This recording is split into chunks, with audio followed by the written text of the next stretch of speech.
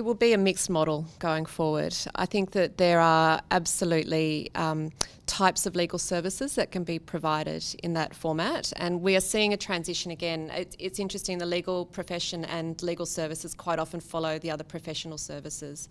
So for example, in large corporates now we're seeing a lot of outsourcing or external provision of back office financing services, for example.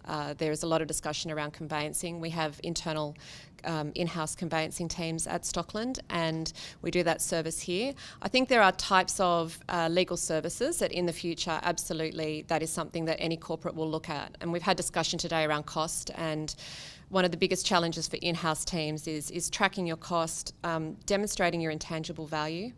It's very difficult in a functional role to put a number around that. And so there will definitely, I can see there are definite circumstances in which we would look at that.